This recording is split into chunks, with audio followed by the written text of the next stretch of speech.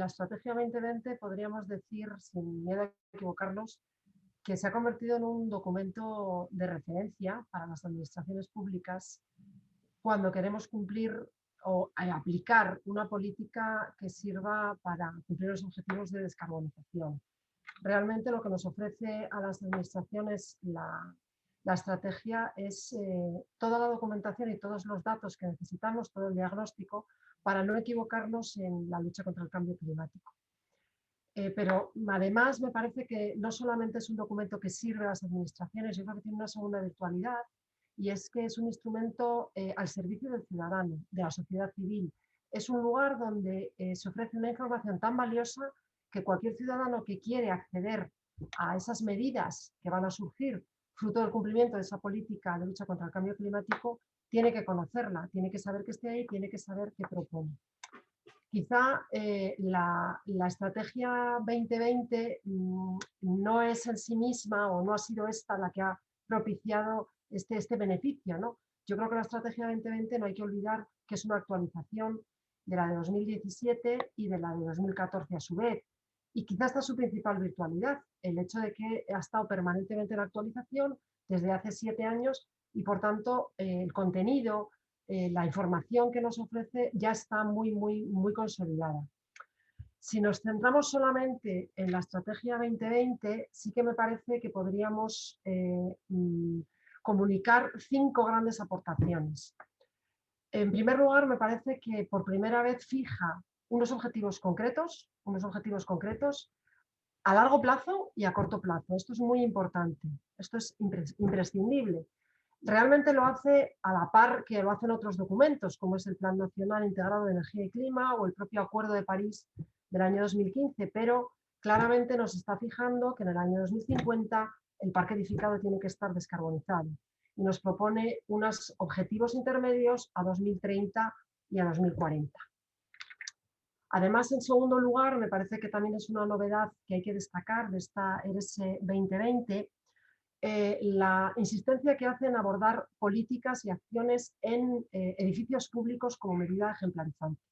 Esto es imprescindible. Nosotros tenemos que comunicar a los ciudadanos que la rehabilitación energética es una realidad y es algo imprescindible para poder sobrevivir casi en el planeta en el que habitamos. Y para eso tenemos que empezar por nosotros mismos, ¿no? Bueno, pues por primera vez o de forma más insistente, esta estrategia 2020 en esa actualización nos insiste a las administraciones en la necesidad de empezar por esos edificios públicos. En tercer lugar, me gustaría también aludir a cómo de forma tan novedosa introduce la cuestión de la pobreza energética, ¿no? Una cuestión sobre la que estamos debatiendo las administraciones últimamente en los últimos años, en las que queremos entrar y abordar porque probablemente los más vulnerables no se pueden olvidar, y aquí la pobreza energética, pues lógicamente se está cebando con ellos, ¿no? En el eje 6 se insiste mucho en estos criterios de lucha contra la pobreza energética, y es algo sobre lo que nos tenemos que plantear e insistir. En cuarto lugar, también me parece que es muy interesante los impactos que estudia la estrategia en relación con la salud, o sea, cómo vincula la mejora de la eficiencia energética con beneficios para la salud. En los tiempos, lógicamente, en los que vivimos, en esta época de pandemia, en esta época en la que nos ha enseñado pues, lo que es estar en casa de forma tan permanente, que una estrategia en el año 2020 nos establezca esta conexión entre la rehabilitación energética y la salud, me parece que es importante porque, de hecho, pues probablemente es parte de ese futuro que está ahí tan próximo. Y en quinto lugar, como novedad específica de esta estrategia, sí que me gustaría citar pues, la virtualidad que tiene en tanto en cuanto quiere evaluarse a sí misma y establece indicadores para que bueno, podamos determinar si efectivamente ese diagnóstico que realiza pues, se está cumpliendo a lo largo de los 3 años que tiene que durar esta estrategia. Y esto es lo que me parece más importante de la 2020. En primer lugar, los congresistas tienen que conocer que Castilla y León tiene una estrategia de regeneración urbana propia, se aprobó en el año 2016 y está claramente en la línea de las estrategias que desde el año 2014 se vienen aprobando por el Ministerio a largo plazo. Esa estrategia de regeneración urbana de Castilla y León es un documento guía que sirve para orientar a cualquier administración pública y también a cualquier particular que quiera interesarse por la regeneración, la rehabilitación y la renovación urbana. Creo que es muy importante conocerlo, saber que tiene unos indicadores muy positivos que sirven para después implantar áreas de regeneración urbana en nuestra comunidad. Digo que se alía claramente en los objetivos de las estrategias a largo plazo, de la 2020 y de las anteriores, porque al final todos buscamos lo mismo, que es esa lucha contra el cambio climático y esa descarbonización a 2050. Bueno, eso a nivel general, pero luego a nivel específico me gustaría comentar otras cosas también creo que muy interesantes y que tienen que dar lugar a debate. En segundo lugar, nosotros tenemos unas convocatorias de eficiencia energética. Desde el año 2015 las venimos realizando en el marco de los planes estatales y queremos reforzarlas. De hecho, es muy probable que en el futuro haya una planificación específica para la rehabilitación en general de los edificios y en especial la rehabilitación energética. Por decir cifras y para que sepamos de lo que estamos hablando, nosotros llevamos ya desde el año 2015 concedidas ayudas para rehabilitar más de 10.000 viviendas, tanto en el ámbito energético como en el no energético, y hemos concedido subvenciones por un importe superior a los 23 millones de euros. La buena noticia es que gracias a esto hemos conseguido que haya un ahorro de eficiencia energética superior al 50%, con lo cual es evidente que son ayudas muy buenas y que están sirviendo para cumplir ese objetivo al que me refería anteriormente. Más cosas. En este mismo ámbito no podemos olvidar quizás el documento estrella, que son las áreas de regeneración urbana, ¿no? Los ARUs. Las áreas de regeneración urbana no dejan de ser un instrumento de las administraciones al servicio de los ciudadanos para mejorar la calidad de vida, tanto a nivel de barrio como a nivel de edificio particular, ¿no?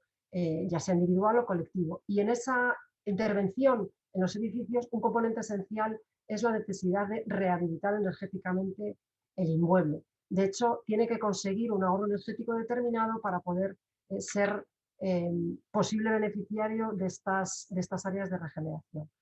Son unas áreas que bueno, ya están muy consolidadas, llevamos 95 fases ya en Castilla y León desde que se pusieron en marcha. Hemos intervenido en más de 13.600 viviendas y hemos invertido más de 309 millones en estas áreas. Dinero, lógicamente, que bueno, sale de todos, sale de las administraciones públicas, sale también de los particulares, de las tres administraciones autonómica, local, estatal y los particulares, pero que en definitiva se alía en el cumplimiento de esos objetivos de descarbonización. En cuarto lugar, también creo que es muy interesante y que hay que poner encima de la mesa esas medidas ejemplarizantes, ¿no? Citábamos antes cómo la ARES nos insiste en que las administraciones hagamos cosas para que los particulares vean que la rehabilitación no es una cosa solamente de ellos, sino que implica a todos los sectores públicos y privados. Bueno, pues efectivamente nosotros hemos puesto en marcha, en primer lugar, un programa para regenerar o rehabilitar energéticamente promociones de viviendas pertenecientes al parque público de alquiler de Castilla y León.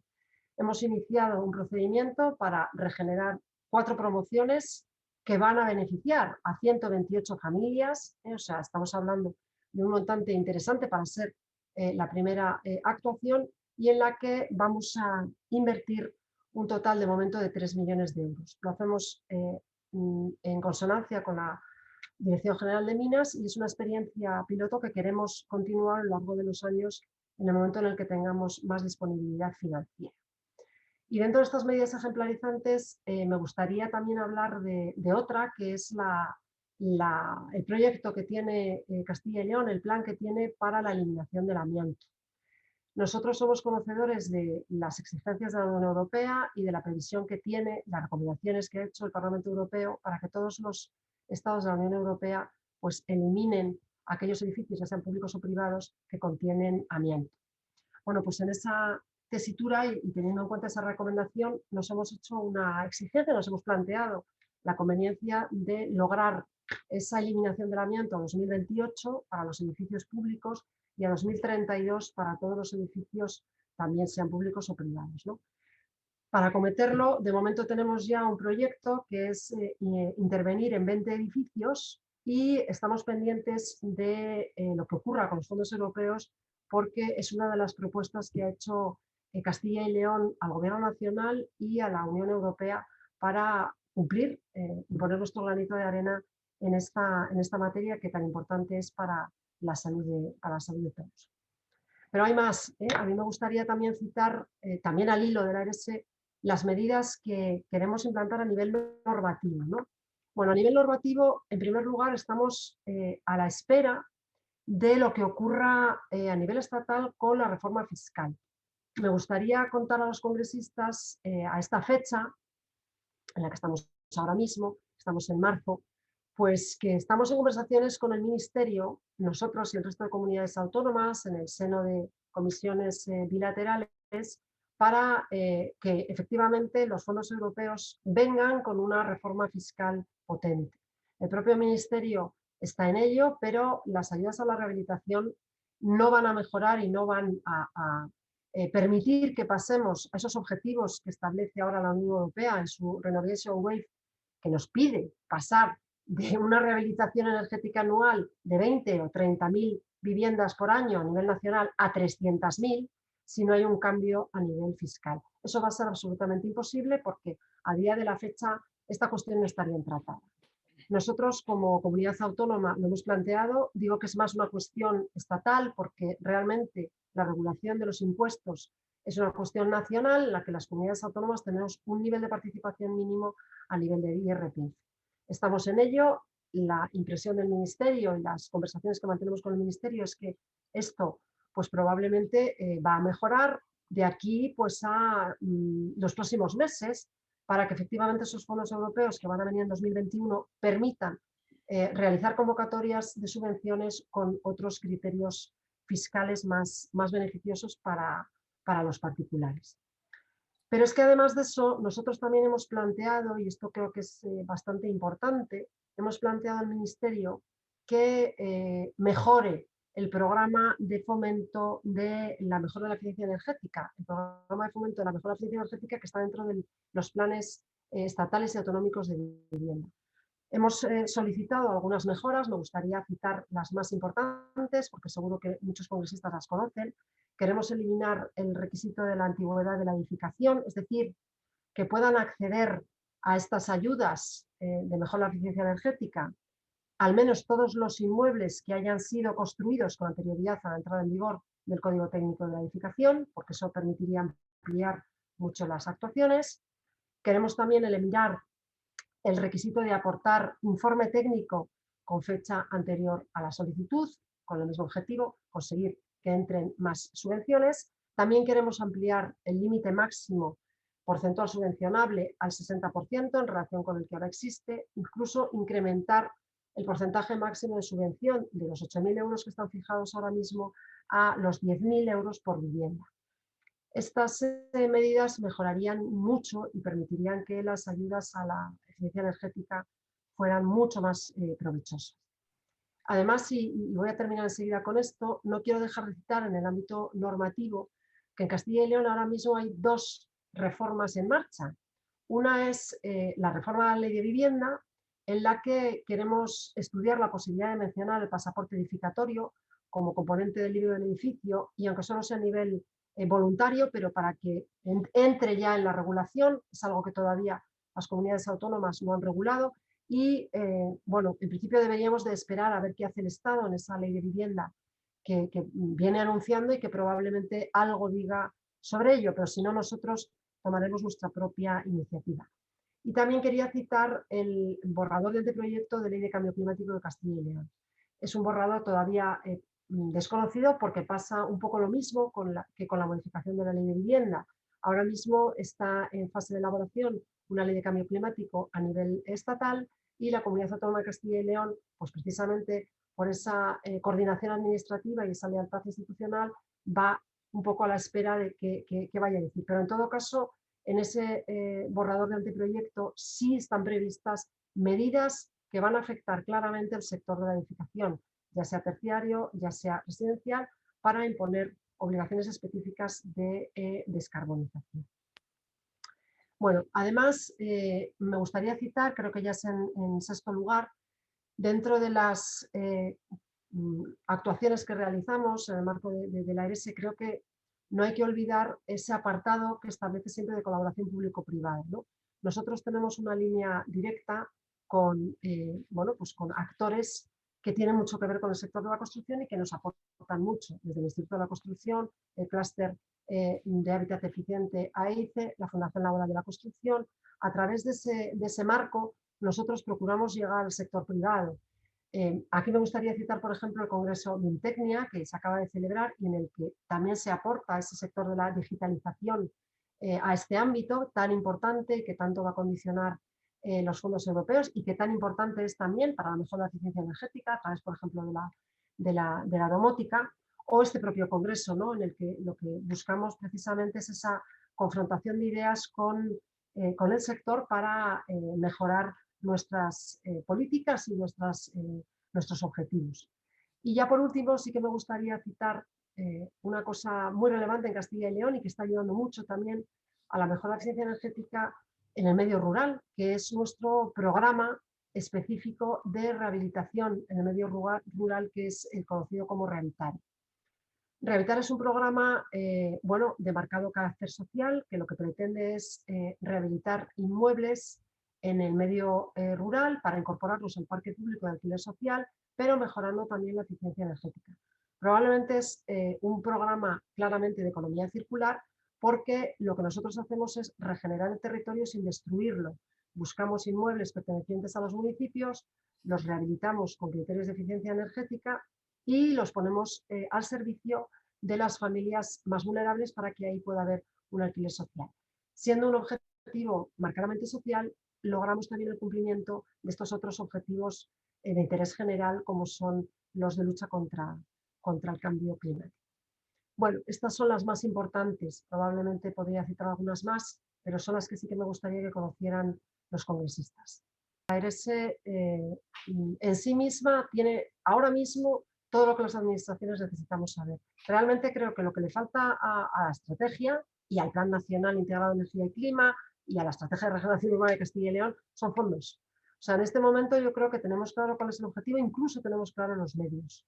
Lo que necesitamos ahora es una legislación favorable que se alinee en esta senda de la descarbonización y dinero para ponerla en marcha.